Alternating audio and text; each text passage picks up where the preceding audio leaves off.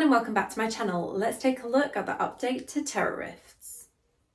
Now, I genuinely believe this is one of the best updates that has been made to Diablo Immortal in this year. So with terrorists, these were previously available every half an hour and in different zones. So there'd be 3 terrorists active at one time, and they'd only be available at certain times of the day. So they weren't available every hour. They'd be available in the morning and then later in the evening as well. The first change that's been made to Terra Rift is that this will be available in one zone only and will be available for the full hour. So you can enter this rift at any time you please within that hour and as many times as you wish within that hour as well. So once you've completed your first Terra Rift with this new update, if you wish to re-enter and run again, you're given the option to either re-enter on the rift that you were originally running or to restart, which will give you a new Terra Rift. Now with the new rift, you will find that the Stygian spires are in slightly different locations. However, the whole concept is the exact same, and as I said, you can run it as many times as you want to. So it's going to make it really easy to cap your Terra Rifts for the week, because if you wish, you could literally run them back to back within that hour and get your 10 Terra Essences and obviously Eternal Gear that you may gain from the rift as well. Now, something else that is different you may have noticed on the sidebar is the number of Stygian fragments that are required to open each spire. So the total fragments hasn't actually changed, you still need 800 in total. However, each spire will have a different value. So the first spire is 100 fragments, the second spire will be 150 fragments, then it will be 250, and finally 300. So this makes it seem like a little bit longer when you get to the last spire, because you obviously have to farm for longer. However, you could do what I normally do with rifts and farm all of your fragments at once. So generally I do this more in Frozen Tundra, because there are some areas that you can just circle farm your fragments really easily. However, as a lot of people were testing this out this morning, it was kind of difficult to find an area on the map that wasn't already occupied. So I'm just going to be running all over like random to collect the fragments I need for each spire. Now you may have noticed that it's popped up to say the next Stygian spire is about to appear. Now this is another positive change to Terra Rifts, so each spire now spawns every 2 minutes. This is another thing that makes it a lot quicker to complete, because if you can quickly pre-farm all your fragments, you can basically do all of the spires immediately after they've spawned, because it doesn't take very long to obviously collect fragments, especially if you're doing them in bulk like I normally do. Now, one thing that I did notice, and I don't know if it was just my luck, but there wasn't as many elites on this map as I previously find when I'm running Terra Rifts. So I don't know if that's a change that's been made or if it was just a fluke.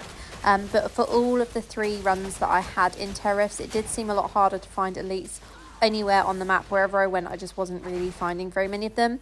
Previously, when I run Terra Rifts in Frozen Tundra, I generally find I'm getting quite a lot of elites, but I don't have that much experience running the different maps for Terra Rifts, because I generally stick to the same zone. So I generally just run them in Balfen or in Frozen Tundra, as I mentioned.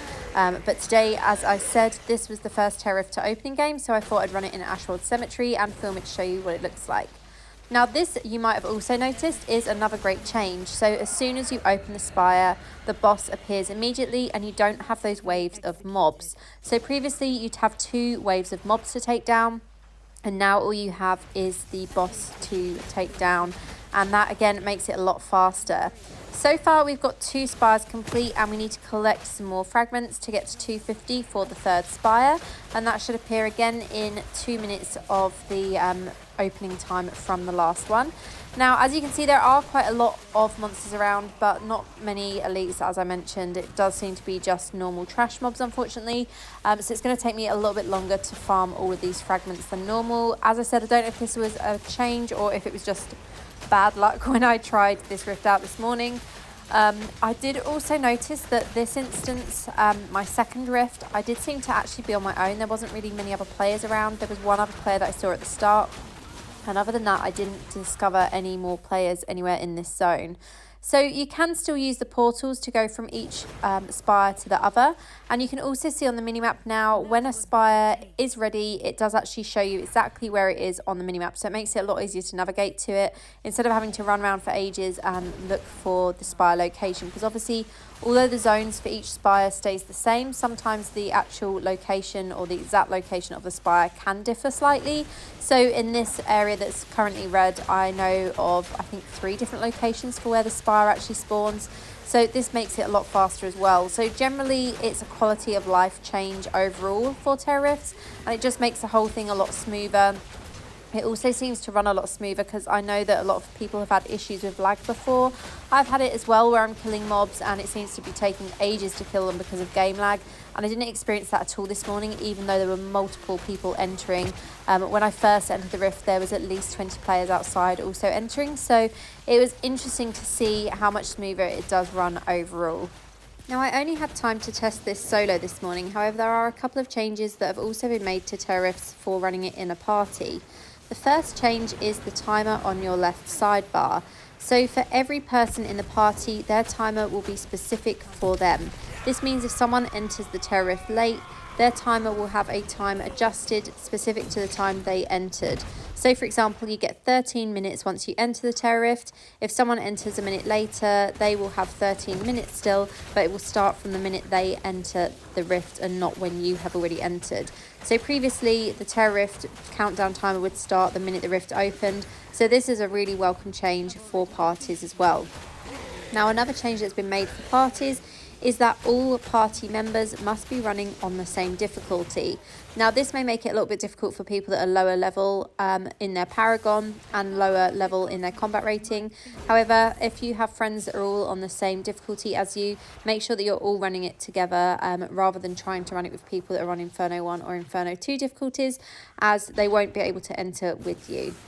So we're going to head now to the final spire to destroy it, and you can tell already it has been a much smoother and a much faster process for actually completing the Terra Rift overall. Now, one thing I will mention is that if you are treating it more like a tick box exercise, it will be obviously a little bit boring to complete rifts. However, what I've been doing since running them this morning is actually trying to beat my time each time I run this. So by that, I mean I'm trying to beat how much time I've got left on the clock after each rift, because this is making it quite fun. It's kind of like, let's see how fast I can run it this time. Let's see if I can beat my last time for how long it took me to complete the Terra Rift. So that does actually make it quite fun. And you can obviously do that with your teammates as well if you're running it in a team, and have a little bit of a competition over who can complete the Rift the fastest. So that's kind of what I will be doing to keep this fun and have it not so much, or not feel so much like a tick box exercise. So that is it, Rift completed, and we still have 5 minutes and 44 seconds on the clock. I hope you found this video helpful and the guide useful, and as always, thank you so much for watching. I'll see you in the next one.